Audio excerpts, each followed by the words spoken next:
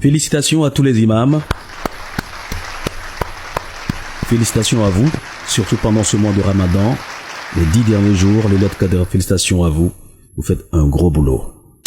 C'est pas du tout facile donc pour les imams, eux qui sont les guides, les modèles, les exemples à suivre. Vous savez, on est tous des humains, on a des défauts et tout, mais ce sont des gens qui se consacrent énormément, 90% donc de leur temps à des recherches à Dieu, à penser à quoi dire donc aux fidèles musulmans, à la mosquée et tout, et en même temps comment gérer la famille, la maison et les problèmes des gens, comme si eux n'ont pas de problème.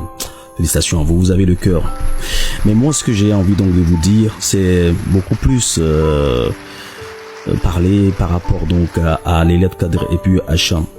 Et les longues prières là, parfois ça fatigue, hein. Souvent, ça fatigue, hein, les longues prières. Je me demande, est-ce qu'il y a une obligation de finir forcément donc le Coran? Parce qu'on a l'impression comme si on court vers donc la fin donc de la lecture du Coran et avant donc la fin du Ramadan. On court, on pense beaucoup plus à ça au lieu de penser à se concentrer et à être en communion d'esprit avec Dieu et tout ça.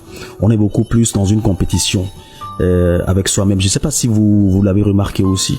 Et quand on fait des prières, surtout pendant les Laylatul Qadr, des prières qui absorbent vraiment donc beaucoup d'énergie de nous. Et il n'y a rien qui récompense. Est-ce que pendant ces mois pendant des pauses de prière, introduisez de plus en plus des idées ou des choses qui peuvent décupler donc l'énergie, qui peuvent encourager, qui motivent encore plus.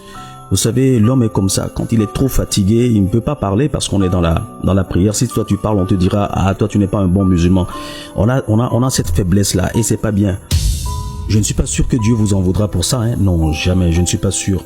Je ne suis pas sûr parce que Dieu nous aime tellement, il nous comprend tellement que les échanges avec lui, avec plus de concentration, plus de communion d'esprit avec lui, lui suffisent. Voilà. Alors, imam, en tout cas, encore une fois, félicitations à vous, courage à vous, que Dieu vous assiste énormément dans tout ce que vous faites. C'est pas du tout facile. Je ne suis pas plus musulman que vous n'êtes pas plus musulman que moi. Nous sommes tous des pécheurs. Que Dieu nous pardonne. Amen.